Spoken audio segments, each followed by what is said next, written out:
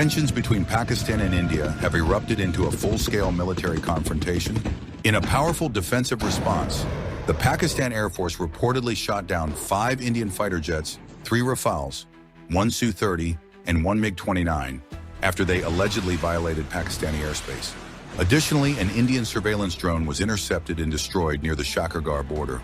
This retaliation came after a shocking missile assault by Indian forces on 3 major cities in Pakistan: Bahawalpur, Kotli, and Muzaffarabad. The strikes resulted in the tragic loss of at least 28 lives, with over 365 civilians injured and 2 still unaccounted for. Pakistan's military leadership emphasized that this response was measured and focused entirely on military targets, aiming to protect its sovereignty without harming civilians.